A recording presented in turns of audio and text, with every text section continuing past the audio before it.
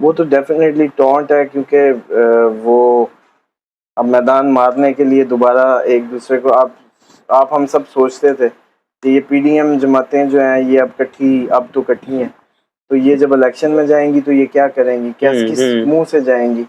تو وہ اپنے مخالفین جو دیرینہ مخالفین تھے ان کے ساتھ کام کر کے آئے ہیں.